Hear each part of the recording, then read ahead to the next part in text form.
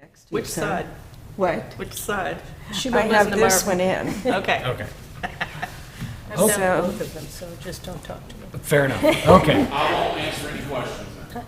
Good. But see, Marvin, I look at you, I can read your lips. Yes, you want me to repeat that back? You ready to go, Alice? It's Okay, good. never mind. Okay, we'll call this meeting to order. It is 5:02 PM. This is the September 10th, 2024 Warden Boundary Commission. I don't want to say regular meetings, we don't have regular meetings, but first order of business is to approve the minutes from our September 4th meeting. I hope everybody had an opportunity to review those. We did have a couple of corrections, and I personally am satisfied with these minutes. Do I have a motion to approve? I move we approve the minutes based on the corrections that were already submitted. Great. I'll second it. Okay. All in favor?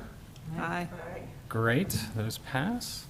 I will now open the public portion for any members of the public who are present who wish to share their thoughts or concerns with the commission. But seeing none present, I will close the public portion. And we'll move on to old business. Consideration of approval of boundary change recommendation to City Council. So I hope that everybody saw the update that Marvin sent with the recalculation of statistics. This is based on both options or both modifications that we asked for in the last meeting. That's correct. And we actually have large format prints for you all to view if you so wish. My technician will distribute those now. You Because can I get also it. have it pulled up on the screen, but I know that's kind of hard to see from your all's angle probably. So we wanted to make sure you're all able to view. Well, Heather did include it in the small minutes, format ones. in Yeah. the small format, so both of these, this would be option, this would be option 1, this would be option 2, and there are larger ones if you'd like to see them. Yeah. Sure, Either one. Wherever the, wherever it is most easily visible. It'll be good for when we present it, won't it? yeah. Yeah, it'll be useful. So this is the final option 1. I'm going to pass this to the commission as well. Okay, so I guess that small one, the zoomed up version. Right, If you want to look. and this version contains the, Just the adjustment between Harner and Maple.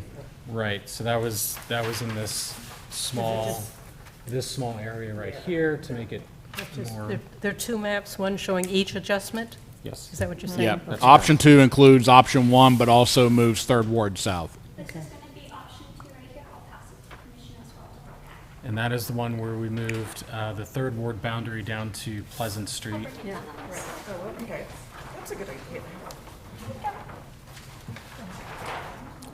It's a bit big, I know. And I do have the statistics in my report, and I can scroll down to it when the commission wishes. I just wanted to have the maps on the screen first for you all to view. Sure. Yes. It did keep within the 10% range that the commission has stayed within, but it did flip first and third ward mostly. I think, and if I can just give my opinion based on these statistics, and I think if you want to scroll to those statistics, we can go ahead and do that. Okay. Marvin. Yeah, the two wards that would have changed are first and third. Well, and slightly second and sixth, but like you said, I don't think that change was statistically significant. It did bring us, first ward is now down about 3.4%, which is only a 66 voter negative from the ideal. And third ward is 5.32% high, which is only about 100 voters. That is in comparison, and I should probably have had the numbers to quote, but if I recall, first ward was up 7 point something percent. It was up, I think, 140 as Okay. a raw number, but yes, roughly about that. And third was down about that many, so it was. It more or less flipped. Between in a fives. general sense, they flipped. So the takeaway from that is that instead of 5 to 7% difference on either side of ideal, we're now 3.5 to 5% different. And from my point of view, this accomplishes what some of the feedback that we got that keeps downtown as a neighborhood, as an area more contiguous within one particular ward. It is still not perfect, but I think it's pretty consistent with where we were in 2020 and 2022, and our statistics get closer to that ideal number. So our biggest delta right now is that, yes, third ward is going to be 5.32% above ideal, and that is the largest deviation. I think that's pretty good. Considering it's the most populous ward too, that's Yes, and a trade-off that we can accept, I think. I would tend to agree. Does anybody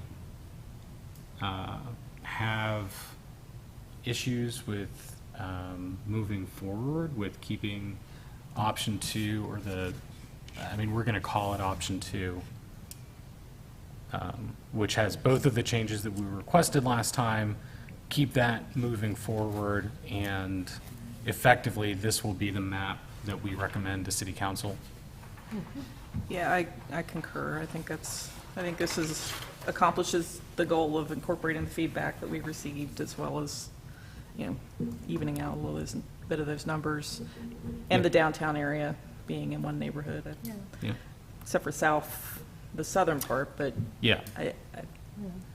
that part probably is more First Ward oriented anyway. Yeah, I think if we'd have gone further, we'd have, It would be too much. it would of be an too imbalance. much. Yeah. And at least we're kind of back to where we have been in the last few years, Yeah. which, maybe a future adjustment will give us an opportunity to shore that up even a little bit better than it Yeah. already is. And addresses some of the concerns that people actually brought up. I think so. And so that's a benefit too. Okay. Then do I have a motion to approve this map to be recommended to City Council for consideration? Option 2. Yes, and actually, you know what? Before we move on, I did prepare something that I probably should have already read. But given that this is our last meeting, probably, of this cycle, I wanted to say a couple of words and kind of recap what we've done.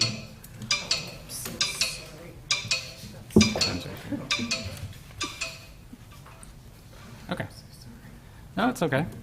Yeah, so being that this is our probably most likely our final meeting of the 2024 Warden Boundary Adjustment Session, I wanted to sincerely thank all commission members for their efforts this year and their commitment to this process. It's not an easy process. We had a lot of changes to make because of major fluctuation in the voter rolls. Over 5,000 inactive voters were removed from the totals we were working with just 2 years ago. And we're charged with objectively evaluating fair and balanced ward boundaries for our city. And when those changes are significant, it makes it doubly difficult. Each member of this commission has given their personal time, meeting several times a month, as well as in between reading reports, studying maps provided to us by the city's GIA analysts. So thank you to you all. And Jane couldn't be with us today, but I especially appreciate her time as well. She was a new commission member this year, and this is not an easy process, and it takes up a lot of time. So thank you. And with that, I'd also like to thank the city staff for their assistance and dedication during this process. The clerks, Christine and Heather, have taken minutes, organized meeting materials, published meeting recordings and broadcasts, and coordinated meeting spaces for us. Marvin and Veronica have spent the last 6 months or so providing us with GIS maps and analyses and statistics to help make the best decisions we can. And I think I speak for all of us on the Ward and Boundary Commission when I say thank you all for everything that you've done. And we wouldn't be here without you. Yeah. Thank you. I'd like to briefly recap what we've done this year and how we got to this point, just kind of for the record, for anybody who may be watching us for the first time. We first met on March 20th of this year to evaluate how variations in voters and population estimates affected composition across each ward and whether we were prepared to make adjustments this year. This year's ideal voter count is 1,916 per ward. The voter roll changes saw voter counts down to as few as 1,317 voters and as many as 2,415, which is a swing of minus 31% to positive 26%, respectively. Population counts were also affected and fluctuated between minus 34% and positive 49% from ideal, albeit in different wards. And this discrepancy demonstrates a challenge that we're all familiar with in that it's kind of impossible to balance both population and voters as it's worded in the charter. And in the past, this body has opted to give preference to balancing voter counts, and we made that same decision this year. Recently, this body received clarification from City Council reinforcing that decision to give preference to voter counts, which is also a clarification that we requested in 2022. We do also, for the purposes of continuity for residents, make every attempt to keep neighborhoods contiguous within a particular ward. It's not spelled out in the charter, but it is something that we try to accomplish as much as possible. In June, each member of this body was given access to sandbox environments to test out modifications and try to figure out how to best balance our numbers. And prior to our meeting on June 26th of this year, we were provided with 8 computer-generated outputs from the ArcGIS tool. Following several meetings of discussion and fine adjustments in various spots, one of these computer-generated models was carried forward as this body's preferred map, and that was on July 31st of this year. Then during the month of August, we collected input from the public. We made a few more adjustments at our September 4th meeting, and this is the map that we're deciding on today, whether or not to recommend to City Council. This process is one that, and I cannot understate this, we've been appointed to evaluate objectively for the purpose of recommending balanced ward boundaries based on the data we're provided. The severity of the adjustments we had to consider this year made our deliberations difficult, and we did not always agree. But ultimately, I believe strongly that we as a body have in front of us the best candidate for an objectively balanced map that serves the purpose given to us by the city charter, which we've all taken an oath to uphold. Regardless of the outcome, I stand prepared to deliver a comprehensive report to City Council about our findings and ultimately our recommendation to them. Thank you all again for your time and commitment this year. All right. Thank you. Sorry, it's a little out of turn, but I wanted to make sure that I just kind of verbalized that before we moved on. Appreciate it. Thank you for being the chair. Thank you for guiding this process as well. Happy to do it. So with that, have we finished up our discussion on this map, and are we ready to move forward? Okay. Do I have a motion? Motion to approve this map? Anybody? Are you going to make the move? I move to approve this map. Okay, I'll second that. great. Heather, Point of you- clarity for the record, which Yeah. option? Option 2. Apologies. Heather, would you mind calling roll for us? Yes. Yes. Yes. Yes. All right, that motion passes.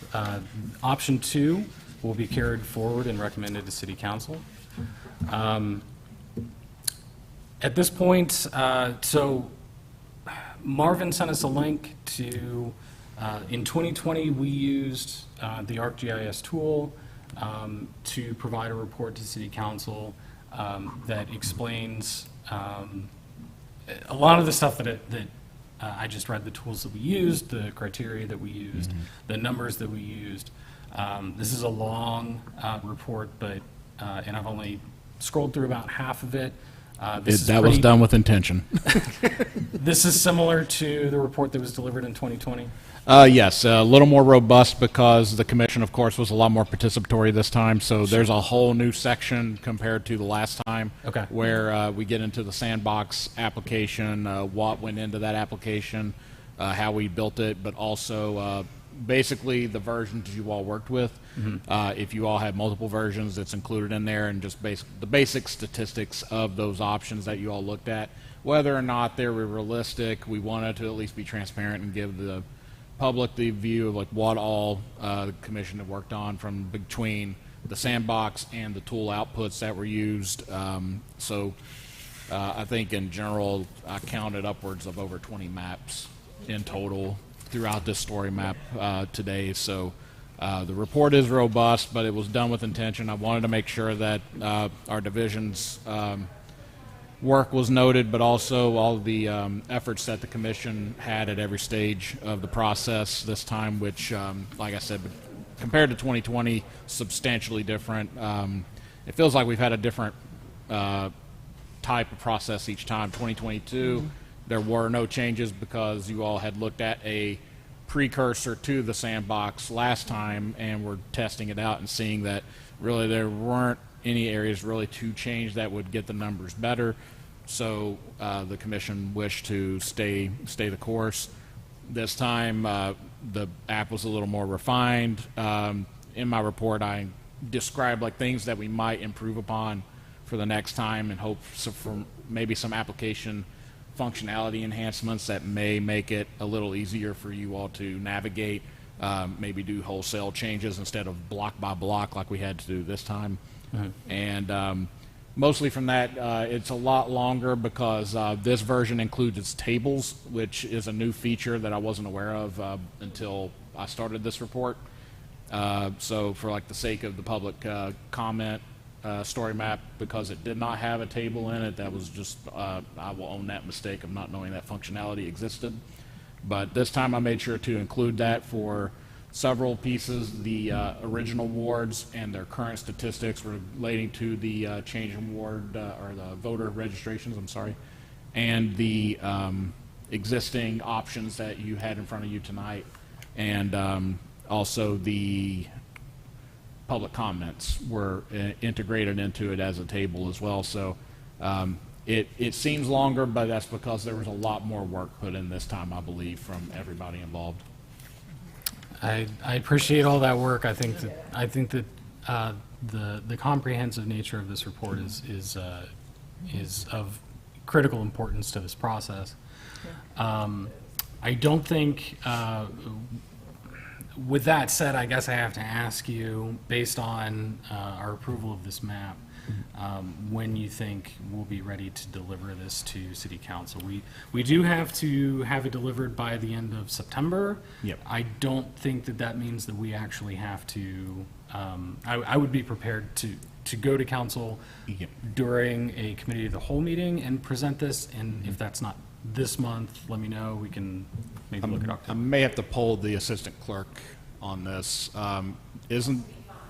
There has to be a Okay. there has to be a paper document filed, but it can include a reference to this. Okay. I think that's the official piece of it, but regarding the section that is yet to be written in this report, which was the recommendation that the commission just voted on, probably tomorrow we can have that map finalized, because it already exists. We're just making an official proposed copy of it and a map according to it. If you all would like a printed version like Veronica presented the commission a minute ago, we can do that as well. But ultimately, if it's September 26th, I think, whenever the committee of the whole is. 24th. 24th, I'm sorry.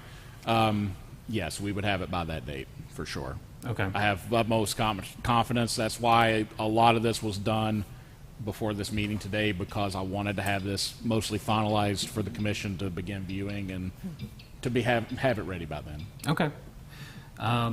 Well, yes. So could we post this in City Hall so people could see it before the meeting in case? Not that we've approved it, but Yeah. just in case. Okay.